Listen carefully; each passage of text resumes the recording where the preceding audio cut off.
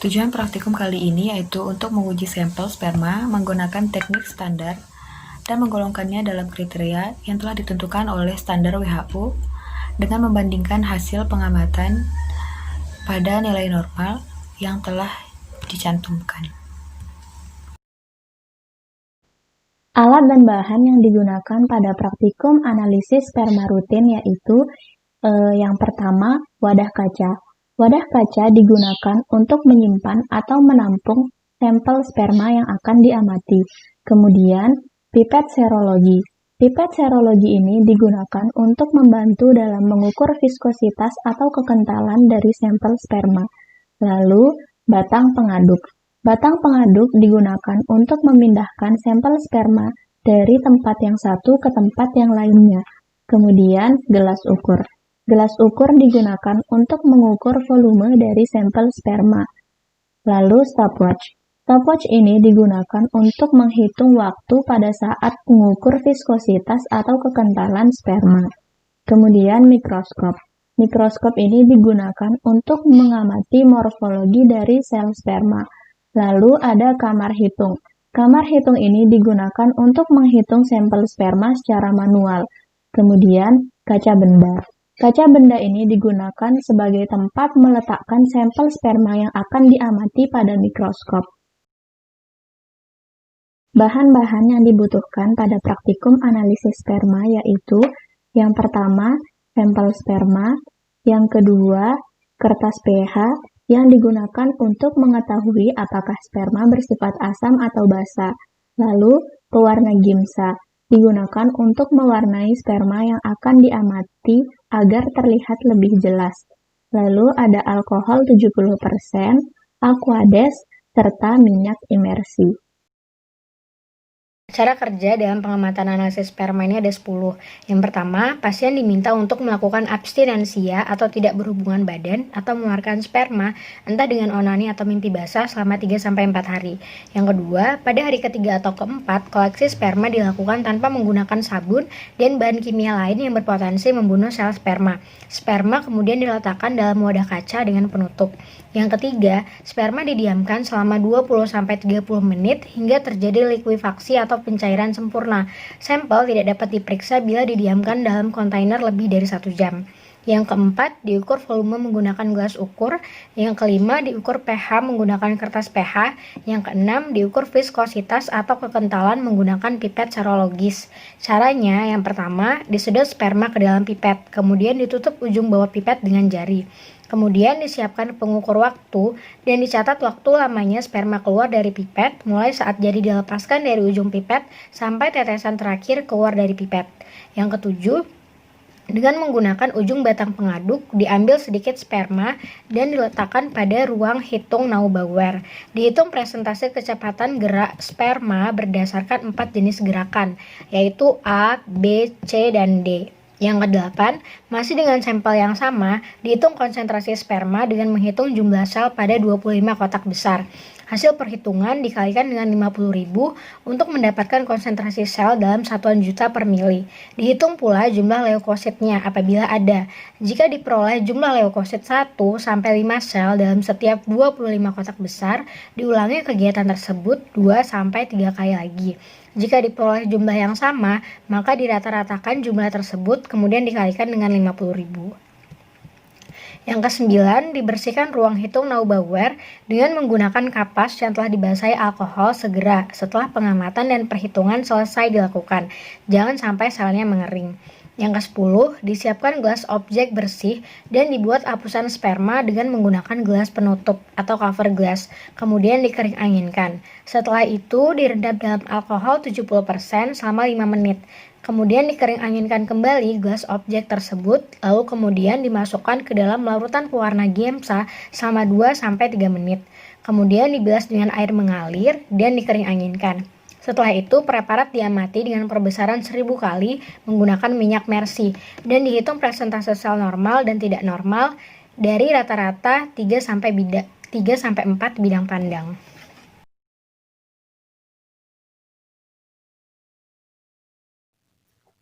Saya akan menjelaskan sperma yang ada pada sampel 1. Yang pertama dilihat dari gerakan sperma. itu dihitung berdasarkan metode motilitasnya. Yang pertama, sperma yang memiliki gerakan cepat lurus itu sebanyak 10, sperma yang memiliki gerakan lambat sebanyak 31, sperma yang bergerak di tempat sebanyak 21, dan sperma yang diam atau tidak bergerak sebanyak 7. Total dari seluruh jumlah sperma ini yaitu 69. Persentase dari masing-masing gerakan yaitu untuk sperma yang bergerak cepat sebanyak 14,49%, sperma yang bergerak lambat sebanyak 44,92%, sperma yang bergerak di tempat sebanyak 30,43%, dan sperma yang diam atau tidak bergerak sebanyak 10,14%. Yang kedua itu berdasarkan metode hitung morfologi. Sperma yang dikatakan normal yaitu jika morfologi bentuk kepala, leher, dan ekornya itu normal. Pada sampel 1, sperma yang memiliki morfologi normal itu sebanyak 38, sperma yang memiliki morfologi tidak normal sebanyak 31, total seluruhnya 69. Persentase dari masing-masing morfologi sperma yaitu untuk yang normal sebanyak 55,07%, untuk yang tidak normal sebanyak 44,92%. Kategori sperma. Pertama, dilihat dari volume sperma. Pada sampel 1 memiliki volume sebesar 1 mili, yang dimana jika volume lebih kecil dari 2 mili itu disebut dengan hipovolemia atau volume tidak normal. Yang kedua itu berdasarkan konsentrasi. Pada sampel 1 memiliki konsentrasi 8,5 juta per mili, yang dimana jika konsentrasi itu kurang dari 20 juta per mili itu dikatakan oligozopermia atau konsentrasi tidak normal. Yang ketiga itu dilihat dari berdasarkan gerakan sperma. Untuk kategori ini itu diperoleh dari penjumlahan antara presentase dari gerakan sperma cepat ditambah dengan sperma lambat, dan hasilnya itu lebih besar dari 50% baru dikatakan normal. Pada sampel 1 ini hasil penjumlahannya diperoleh yaitu 59,41%, yang artinya pada sampel 1 memiliki gerakan yang normal. Selanjutnya itu berdasarkan morfologi sperma. Jika persentase morfologi di atas 25%, maka dikatakan kategori morfologi ini normal. Pada sampel 1 memiliki persentase 55,07%. Jadi di sini morfologi sperma yaitu normal. Berdasarkan aspek ketidaknormalan sperma didapatkan hasil bahwa yang tidak normal itu terdapat pada volume dan juga konsentrasi.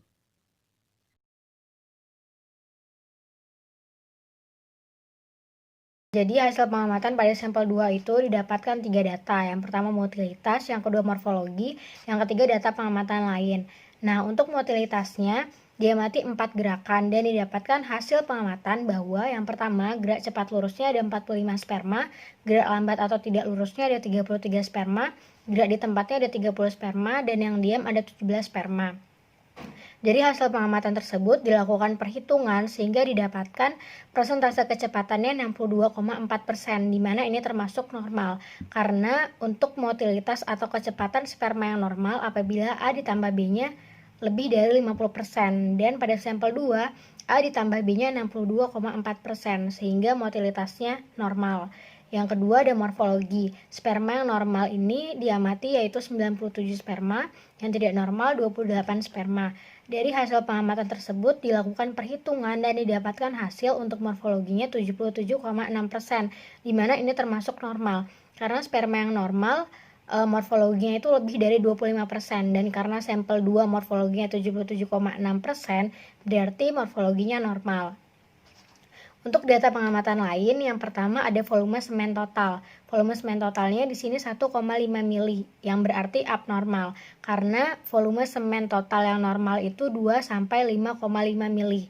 Kurang atau lebih dari itu termasuk infertilitas atau terlalu encer. Yang kedua ada konsentrasi spermatozoa yang diketahui 18 juta per mili, di mana ini abnormal karena kurang dari 20 juta per mili. Sehingga cairan semen yang ini termasuk kurang memadai dalam hal fertilitas. Terus yang ketiga bakteri, tidak ditemukan adanya bakteri, artinya tidak ada infeksi pada saluran. Yang keempat pH-nya 7,5, yang berarti normal karena pH normalnya sperma itu 7,0 sampai 7,8. Nah, dapat ditarik kesimpulan pada sampel 2 kategorinya 1 hipovolemin, volumenya abnormal karena di bawah 2 mili. Yang kedua oligozoospermia, konsentrasinya abnormal karena di bawah 20 juta per mili. Sperma pada sampel 2 memiliki satu aspek yang tidak normal, yaitu hanya berdasarkan konsentrasinya saja karena memiliki konsentrasi 18 juta, di mana kurang dari 20 juta per mili, sehingga disebut oligozoospermia.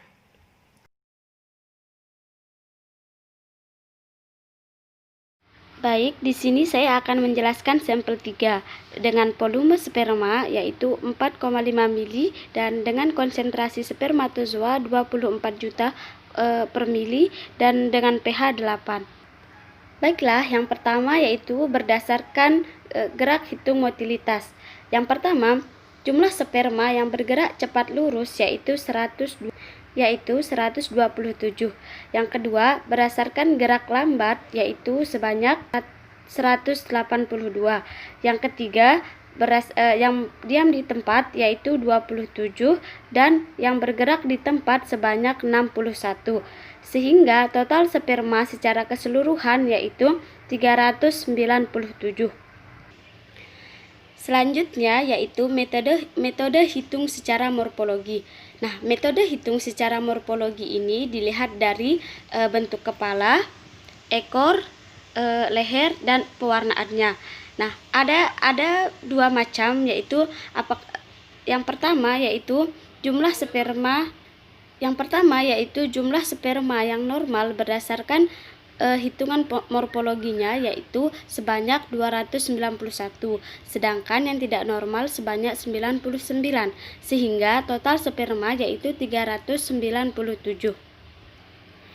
Dari data yang kita dapatkan tersebut, kita dapat mengetahui jumlah sperma yang normal dan tidak normal secara keseluruhan. Yang pertama, berdasarkan gerakannya, jumlah sperma yang normal yaitu sebanyak 77,82%. Hal ini didapatkan dari penjumlahan sperma yang bergerak cepat lambat dengan yang bergerak cepat lurus. Nah, di mana jumlahnya yaitu 127 ditambahkan dengan 182 dibagi 397 kali 100%, sehingga menghasilkan 77,82%. Yang kedua, berdasarkan morfologinya, kita dapat mengetahuinya yaitu dengan cara jumlah sperma yang normal yaitu sebanyak 291 dibagi 397 kali 100%, sehingga menghasilkan 75,6% sperma yang normal.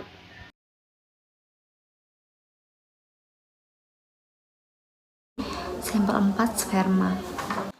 Yang pertama yaitu berdasarkan metode hitung motilitas. Pada metode hitung motilitas yang berdasarkan gerak cepat lurus jumlahnya ada 42, yang gerak lambat jumlahnya ada 23, yang gerak di tempat jumlahnya ada 22, dan yang diam jumlahnya ada 20. Jadi total keseluruhannya yaitu ada 107. Selanjutnya yaitu persentase pada metode hitung motilitas. Yang pertama yaitu persentasenya jumlahnya yaitu 39,25%. Yang kedua yaitu persentasenya 21,49%. Yang ketiga yaitu persentasenya 20,56%. Dan yang keempat yaitu persentasenya 18,69%. Yang kedua yaitu digunakan metode hitung morfologi. Yang pertama yaitu yang normal jumlahnya ada 78 dan yang tidak normal jumlahnya ada 29. Jadi total keseluruhannya itu jumlahnya 107. Persentase pada metode hitung morfologi yaitu persentase yang normal jumlahnya yaitu 72,89%. Kemudian yang tidak normal jumlahnya yaitu 27,10%. Kemudian selanjutnya yaitu kategori sperma. Yang pertama yaitu berdasarkan volume. Volumenya yaitu ada 5 mili. Jadi termasuk normovolemia atau normal.